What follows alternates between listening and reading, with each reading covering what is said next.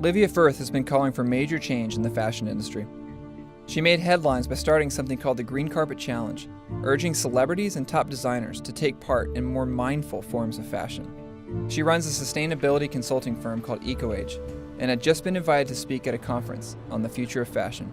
If fast fashion didn't exist, we wouldn't need to have a summit in Copenhagen to try and clean the mess of environmental destruction, social justice destruction that it has been caused in the last 15 to 20 years of its existence.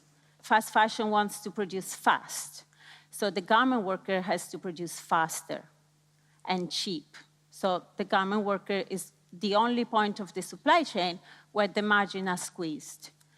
And you have these huge companies going to the factory in Bangladesh, place an order for 1.5 million jeans for 30 cents each, 50 cents each. How can you make it ethical? I don't know. But also from the consumer point of view, is it really democratic to buy a t-shirt for $5, a pair of jeans for $20?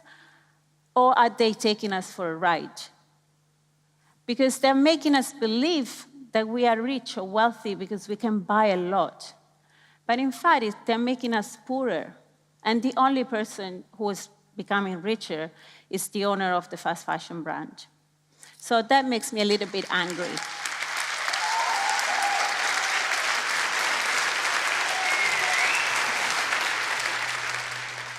You spoke about a commitment to try and promise a basic living wage.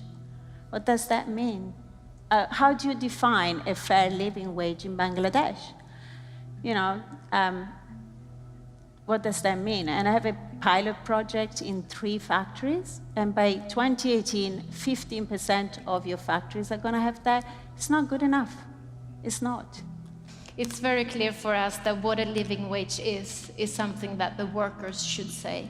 And that's incorporated in our way of working. How much is it? And that's not for us to say a sum, but we do an assessment all the time. How much is to it? make sure that it covers the basic needs of the workers. So I can show you that later on. H&M has mastered the model of fast fashion, becoming the second largest clothing corporation in history, with annual revenue of more than $18 billion.